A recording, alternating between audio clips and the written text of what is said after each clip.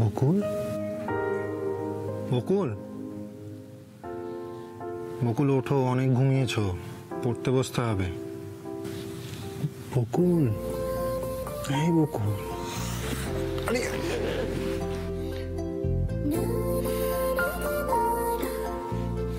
এই ঘুম বোধহয় এইভাবে ভাঙবে না।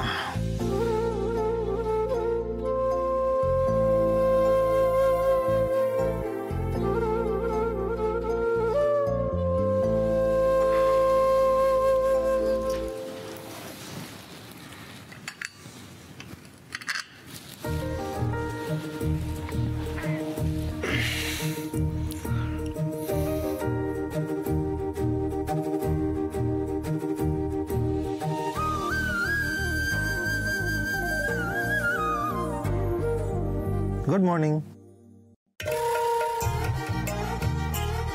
কি হয়েছে? সময় হয়েছে পড়তে বসার। উঠে হাত মুখ ধুয়ে পড়তে বসো, পরীক্ষার আর কয়েক ঘন্টা বাকি। অ্যালার্ম দেওয়া ছিল তো। হ্যাঁ ছিল, কিন্তু এত দেরি করে উঠলে চলবে না। এমনিতেই তো কাল রাতে তোমার পড়াশোনায় অনেক ক্ষতি হয়েছে। যাও উঠে পড়তে বসো, আমিও আমার কাজ নিয়ে বসবো। দেখো বকুল, এই ধরনের কম্পিটিটিভ এক্সামের জন্য মানুষ বছরের পর বছর প্রিপারেশন নেয়, কিন্তু তুমি তো সেই সুযোগটা পাওনি। সুতরাং এখন যতটা সময় পাচ্ছ ততটা ইউজ করো। ওঠো ওঠো, যাও পড়তে বসতে হবে, মুখ হাত পা ধুয়ে নাও। বাবা, ভালো লাগে না আর। দেখো আমার ঘুমটা কিন্তু কাটছেই না। তার ব্যবস্থা করা আছে মেরে আকা, ওই দেখো টেবিলে তোমার চা রাখা।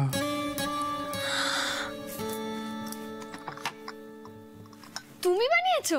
অবভিয়াসলি, এইটুকুর জন্য ভোরবেলা কি আর মা কাকিমণিকে তুলবো আমি? উস্তাদ উস্তাদ, থ্যাংক ইউ উস্তাদ, thank you. You are welcome.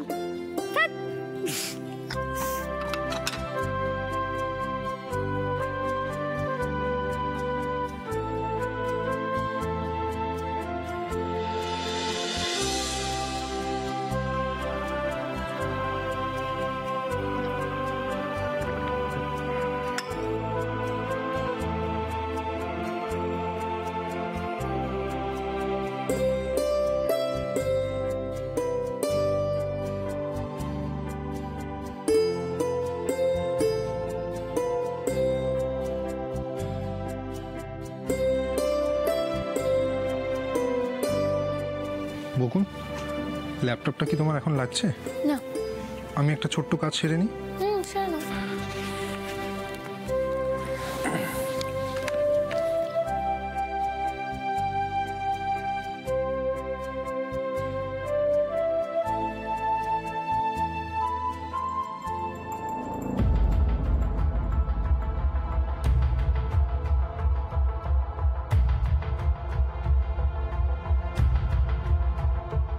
কি হয়েছে গো? কিছু হয়েছে? আমাকে বলো না। কিছু না। উফ, বলোই না। রজতাভ রক্ষিতের ঋণ শোধ করার জন্য আমাদের কোম্পানির শেয়ারের মেজর পোর্শন বিক্রি করতে হবে। বিরাট লস হবে। বিরাট লস হলেও সেটা কোম্পানির গায়ে লাগবেই না। যতক্ষণ তুমি কোম্পানিতে আছো, তুমি ঠিক কাজ করে সেটা পুষিয়ে দেবে, আমি জানি।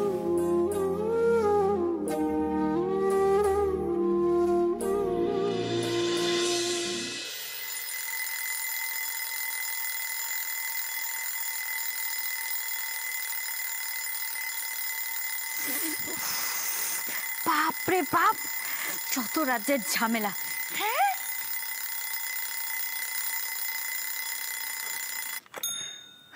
বাপরে বাপ।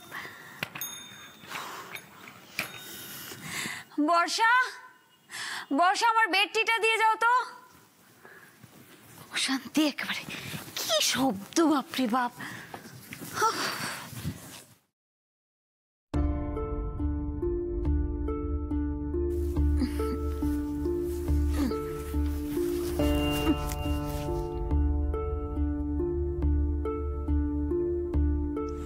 আজ আর বেডটি নয় পিসি, আপনার জন্য একটা স্পেশাল জিনিস এনেছি। আপনার হুকুম করার শখ সারা জীবনের মতো ঘুচে যাবে।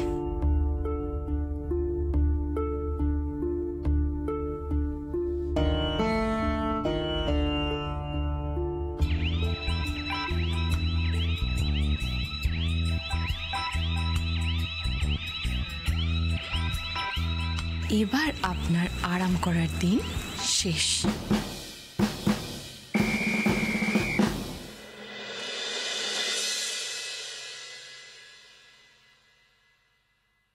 Good morning.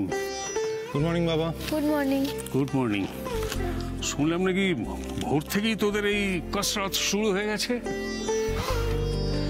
না করে উপায় আছে বাবা? আমাদের দুজনের জন্যই তো এটা নকআউট টেস্ট। বকুল, তুই ঋষিকে তো টিচার হিসেবে বেছে খুব বুদ্ধিমানে কাজ করেছিস। পরীক্ষায় ভালো ফল করতে গেলে টিচার আর স্টুডেন্ট দুজনেরই সমান ডেডিকেশন প্রয়োজন, যেটা ঋষির আছে।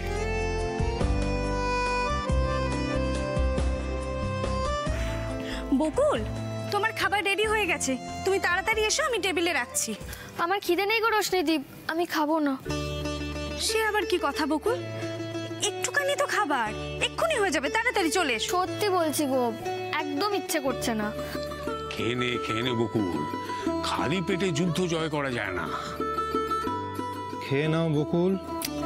আরে বিশ্বাস করো, আমার খাওয়ার একটুও ইচ্ছা নেই। কি মনে হচ্ছে জানো, বই বন্ধ করলে আমি সব ভুলে যাচ্ছি। কিচ্ছু ভুলবে না বকুল, আর খিদে না থাকলেও একটুখানি খেতেই হবে। তোমার পরীক্ষার জন্য আমি সকাল সকাল উঠে তোমার জন্য রান্না করলাম। 5 মিনিটই তো লাগবে বকুল, না খেলে কিন্তু আমি খুব কষ্ট পাবো। থাক, উঠতে হবে না ওকে। তুই প্লেটটা দে, আমি খাইয়ে দিচ্ছি।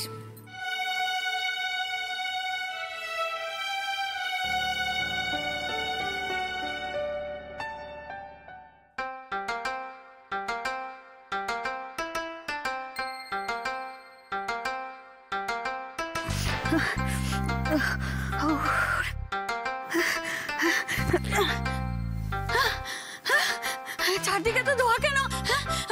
কোথাও আগুন টাগুন লাগলো নাকি? ওরে বাবারে, ওরে কে আছো? কে আছো? পিসি, পিসি আপনার ঘরে আগুন লেগেছে। আগুন! চলো এখান থেকে, কে আছো? পিসি বাঁচাও! বর্ষা, তুমি কোথায় যাচ্ছ আমার ফেলে? আরে আগুন কি? আমাকে না। আরে বাবারে, ও দাদা, আগুন লেগেছে গো। আগুন! ওরে বাবারে বাঁচাও! আগুন! ও দাদা বাঁচাও! আগুন! আগুন!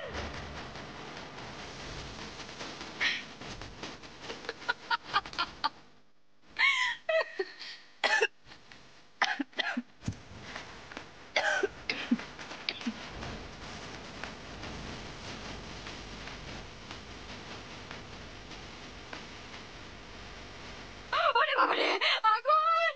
আগুন! ও বাবা, ও দাদা, আগুন লেগে গেছে গো, আগুন লেগে গেছে। আগুন কোথায় লেগেছে? আগুন আমার ঘরে আগুন লেগেছে। আরে কে কোথায় আছিস? রকি, কুনাল, শিগগিরই আয়, ঘরে আগুন লেগেছে। না না, রকি বাড়িতে নেই। কুনালটা কোথায় গেল? কুনাল, কোথায় কোথায়? কুনাল, বাড়ির একটা কাজে ওকে পাওয়া যাবে না। ঠিক আছে, আমাকে দেখতে দে। তুমি তো যাবে না, আমিও যাবো না। আরে ওখানে দাউ দাউ করে আগুন আরে জ্বলছে। এটা সাংঘাতিক ব্যাপার, অন্যান্য ঘরে ছড়িয়ে পড়বে, আমাকে দেখতে দে। তুমি যাবে না, তোমার যদি কিছু হয়ে যায় আমাকে কে দেখবে বলো তো? তুমি যাবে আচ্ছা না। তুই যদি না যাস তাহলে আমার সঙ্গে চল, আমাকে দেখতে দে। চল চল চল চল। শিখার ঘরে আগুন লেগেছে বর্ষা, তুমি এক্ষুনি দমকলকে খবর দাও, আমি দেখছি আগুনটা কি হলো। দাঁড়ান বাবা, আপনি অকারণে উত্তেজিত হচ্ছেন। কোথাও আগুন লাগেনি। আগুন লাগেনি? তাহলে শিখা যে বললো ওর ঘরে আগুন লেগেছে?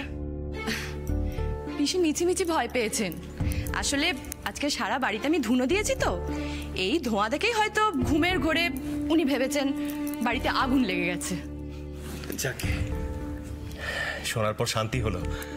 ভাগ্যিস তুমি বাড়িতে ছিলে, না হলে বোকার মতো দমকলকে ফোন টোন করে বসতাম। আর শিখা, তোর কোনো আক্কেল জ্ঞান নেই? না জেনে না শুনে এরকম চিৎকার জুড়ে দিলি। এই তো দাদা, তুমি পুরো পুরোটা না শুনে আমার উপর দোষ দিয়ে দিচ্ছ। আরে বাবা, আমি যখন ঘুম থেকে উঠলাম দেখলাম চারদিকে ধোঁয়া, আর বর্ষা আগুন আগুন বলে চিৎকার করছিল। এখন তো ও পাল্টে খাচ্ছে, আমি কি করব? এটা আমি কি শুনছি বর্ষা? তুমি নাকি আগুন আগুন বলে চিৎকার করছিলে, কিন্তু কেন? বাবা, আপনি বোধহয় এতক্ষণ খেয়াল করেননি, পিসি কিন্তু নিজের পায়ে সুস্থ অবস্থায় আপনার সামনে দাঁড়িয়ে আছে, দেখুন।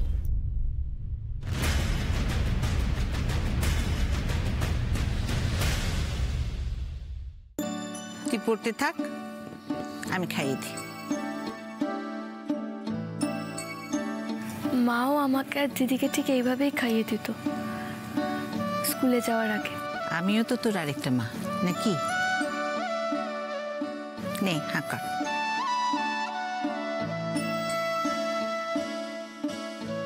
পরীক্ষার আগে মা সবসময় আমাদের এভাবে খাইয়ে দিত, মনে আছে ভাইয়া? আমার তো দেখেই লোভ লাগছে। নেহাত আমার ব্রেকফাস্ট হয়ে গেছে বলে, না হলে কিন্তু আমিও ভাগ বসাতাম। আচ্ছা ঠিক আছে, এবার তোমাদের গপ্প গাছা বন্ধ করো, পড়তে দে ওকে। সরি সরি, আমি যাই, দাপুর টিফিনটা বানিয়ে নি, যাই।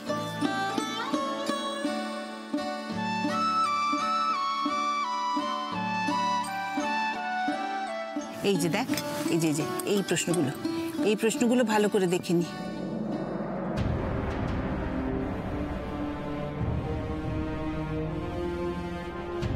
ঋষি, হ্যাঁ বাবা, শোন,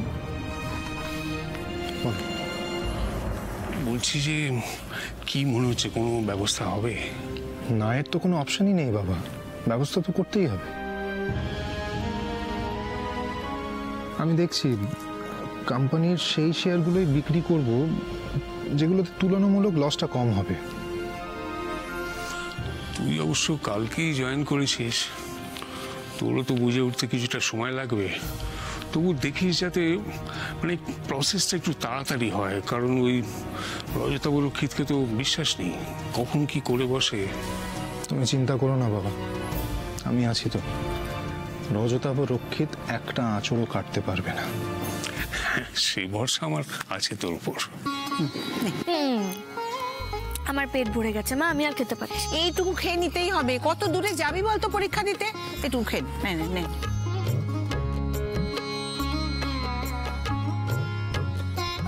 মা, বকুল পুলিশের পরীক্ষা দিতে যাচ্ছে, এত আতুপুতু করার কোনো দরকার নেই। হ্যাঁ, দুদিন পর পুলিশ হয়ে দেখবে ওই চোর বদমাইশদের সঙ্গে আমাদের উপরও ছড়ি ঘোরাচ্ছে আমাদের মেয়ে।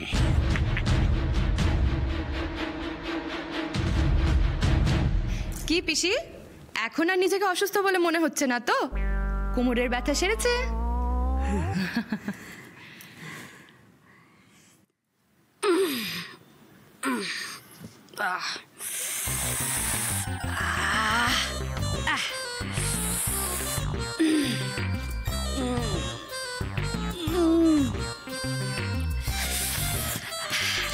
বর্ষা, তুমি আমাকে এটা কি থেরাপি দিলে গো? আমার তো আগের থেকে আরো বেশি ফিট মনে হচ্ছে। শক থেরাপি। এখন কেমন লাগছে পিসি? জানেন বাবা, আমাদের এক প্রফেসর বলেছিলেন এই থেরাপির কথা। আসলে যখন কোনো মানুষ দীর্ঘদিন ধরে বিছানায় শয্যাশায়ী হয়ে যায়, তখন নিজের ওপর থেকে সে কনফিডেন্সটা হারিয়ে ফেলে, আর ঠিক তখনই এই থেরাপিটা কাজে লাগে।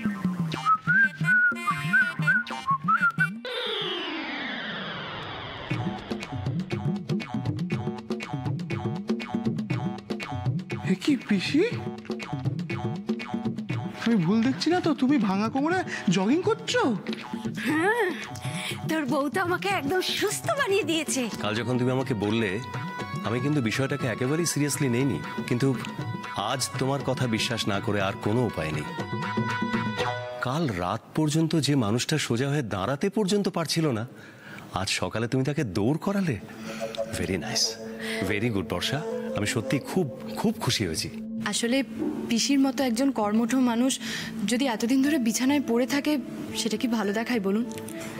উনিও তো অশান্তিতেই ছিলেন, সারা দিন মুখ ভার করে বসে থাকতেন। পিসি সম্পূর্ণ সুস্থ হয়ে সংসারের ভার যে নিজের কাঁধে নিতে পারবেন, এতেই আমি খুশি বাবা।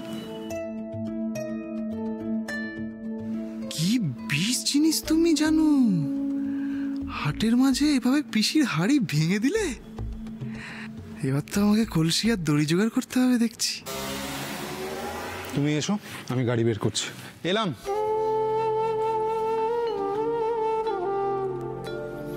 জয় হোক।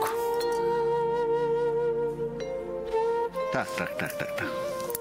অনেক শুভেচ্ছা রইল। বকুল, এই নাও তোমার ব্যাগ। মা, বকুলের কপালে এই দইয়ের ফোঁটা দিয়ে দাও। অল দ্য বেস্ট বকুল, তোমার পরীক্ষা খুব ভালো হোক। Thank you রোশনিদি।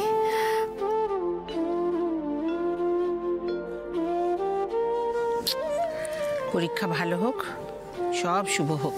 দুর্গা দুর্গা।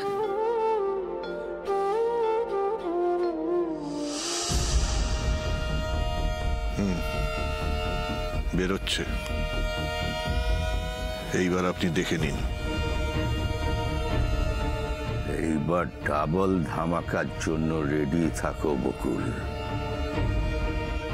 একটা বোমা বাইরে ফাটবে, আর একটা ঘরে। স্বয়ং ভগবানও তোমাদের বাঁচাতে পারবেন না।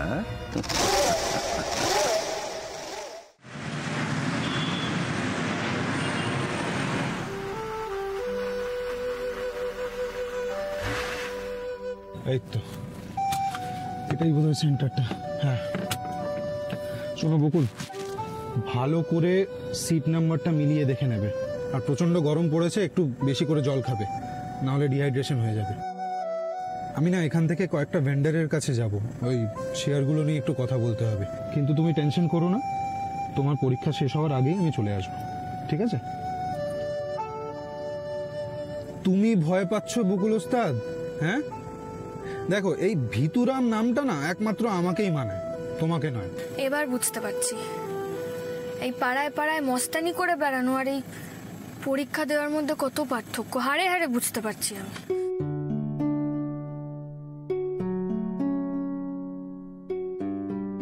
আমি বুঝতে পারছি বকুল, তুমি ভয় কেন পাচ্ছ। দেখো, এই ধরনের কম্পিটিটিভ এক্সাম তো তুমি এর আগে কোনোদিনও দাওনি, আর এটার জন্য যতটা প্রিপারেশন নিতে হয় সেটাও তুমি নিতে পারোনি। কিন্তু আমার কি মনে হয় বলো তো, ইচ্ছা শক্তি থাকলে যে কোনো বাধা অতিক্রম করা যায়, যে কোনো পরীক্ষায় পাশ করা যায়। আমি যদি প্রশ্নের উত্তরটাই না জানি, তাহলে আমার ইচ্ছে শক্তি থাকলেও বা কি না থাকলেও বা। না, আমি সেটা বলছি না। কি বলতো, ইচ্ছা শক্তি তোমার মনকে জোর দিতে সাহায্য করবে। তুমি খুব ঠান্ডা মাথায় যতটা জানো, যতটুকু পড়েছো সেটা লিখতে পারবে, আর তাতে রেজাল্টটা খুব ভালো হবে দেখবে। একটা জিনিস তোমাকে খুব ভালো করে মাথায় ঢুকিয়ে নিতে হবে বকুল, তোমাকে বিশ্বাস করতে হবে যে এটাই তোমার লাস্ট চান্স পুলিশ হওয়ার। তুমি এই হার্ডেলটা পেরিয়ে যাও, দেখবে এর পরের রাস্তাটা খুব সহজ হয়ে যাবে তোমার জন্য। আর আমি খুব ভালো করে জানি বকুল, তুমি পারবে, আর তোমাকে পারতেই হবে। তোমার বাবা আছেন তোমার সঙ্গে।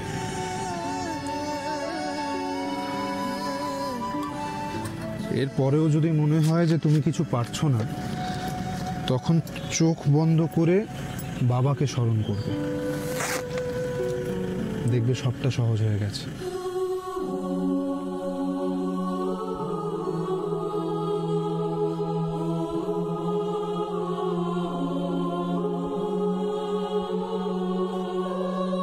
তুমি আমাকে আশীর্বাদ করো বাবা। Best of luck. Thank you.